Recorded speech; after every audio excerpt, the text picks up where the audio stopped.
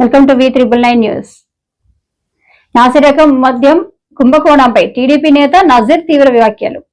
రాష్ట్రంలో గత వైఎస్ఆర్ కాంగ్రెస్ పార్టీ పాలనలో జరిగిన నాసిరకం మద్యం కుంభకోణంపై తెలుగుదేశం పార్టీ రాష్ట్ర ప్రధాన కార్యదర్శి మహమ్మద్ నజీర్ తీవ్ర విమర్శలు చేశారు. ఆయన మీడియాతో మాట్లాడుతూ ప్రభుత్వాన్ని అడ్డం పెట్టుకొని మద్యం వ్యాపారం చేసి నాసిరకం మందు పోసి జేబ్రైడ్స్ తెచ్చి వాళ్ళ దగ్గర డిస్ట్రిబ్యూటర్ కమిషన్ తీసుకొని మీరు తీసుకున్న కమిషన్లు డబ్బులు తీసుకుంటాం వల్ల వాళ్ళు చీప్ లిక్కర్ ఆరోగ్య పాడైపోయే లిక్కర్ సప్లై చేసేయడం వలన ఈ రాష్ట్రంలో కొన్ని లక్షల మంది అనారోగ్యం పాలై కొన్ని వేల మంది చచ్చిపోతే మీకు చింత లేదా? మీకు బాధ లేదా? మీకు అవగాహన లేదా? అందుకే మీ రాజకీయాలు పనికిరాలని మొన్న ఎలక్షన్ ప్రజలు మూల కూర్చోబెట్టారు. ఇంకా అర్థం చేసుకోకపోతే మీ కర్మ. రాజకీయాల్లో ఉంటే డబ్బు సంపాదించడం కాదు, రాజకీయాల్లో ఉంటే మోసం చేయడం కాదు, రాజకీయాల్లో ఉన్నటువంటి ఆర్థిక నేరాలు చేసి షార్ట్ పీరియడ్లో డబ్బులు సంపాదించడం కాదు.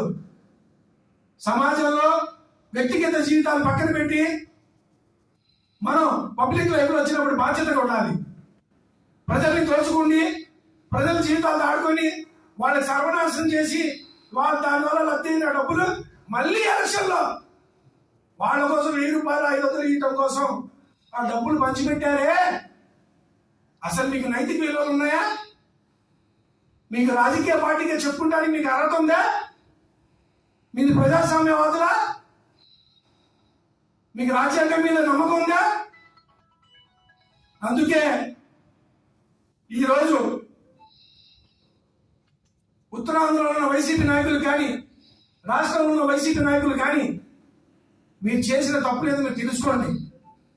వాస్తవంగా మీరేదో మీ నాయకుడి మెప్పు కోసమో లేదా మీ రాష్ట్ర పార్టీ యొక్క ఆదేశాలకు ఏదో ప్రెస్ మీట్లు పెట్టడం కాదు. అధ్యయనం చేయండి. అసలు ఏం జరిగింది? మా వాళ్ళు ఏం చేశారు? వాస్తవా కాదా? తప్పు చేశారా లేదా అని తెలుసుకొని పెట్టాలి. అంతేగాని ప్రెస్ మీట్కి పిలిచి తెలిసి తెలియని విషయాలు మాట్లాడి ప్రజల్ని మభ్య పెట్టాలనుకుంటే అంత అమాయకులు ఎవరు లేరని తెలుసుకుంటూ చివరిగా నేను చెప్పేది ఒకటే,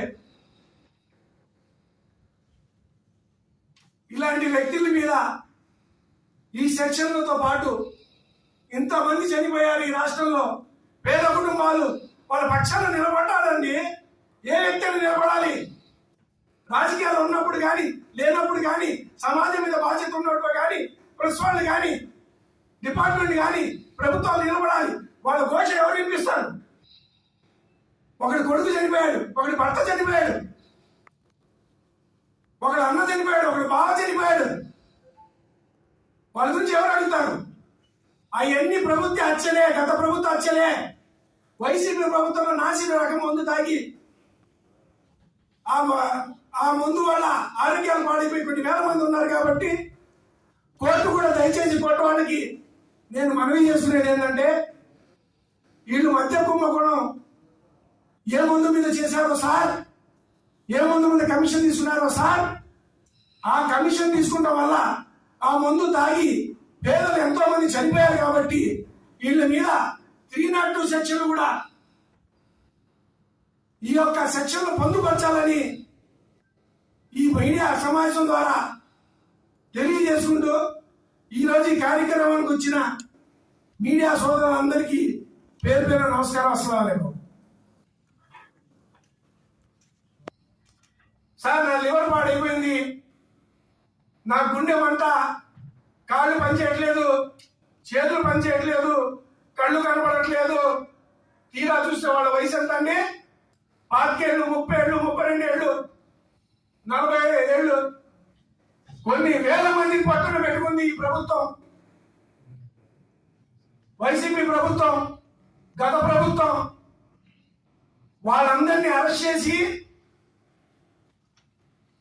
వాళ్ళు చేసిన కుంభకోణాన్ని చిత్తూరు చిత్తాలాగా ఛార్జ్షీట్ 300 పేజీల పైన ఛార్జ్ షీట్ తయారు చేసి కోర్టుకి సమర్పించి ఎవరు నిందితులు ఉన్నారో వాళ్ళని అరెస్ట్ చేసి జైలు వేస్తుంటే మా జిల్లాకి సంబంధించిన వైసీపీ నాయకులు కానీ ఈ రాష్ట్రంలో ఉన్న మాజీ మంత్రులు కానీ నోటికి వచ్చినట్టు మాట్లాడుతున్నారు.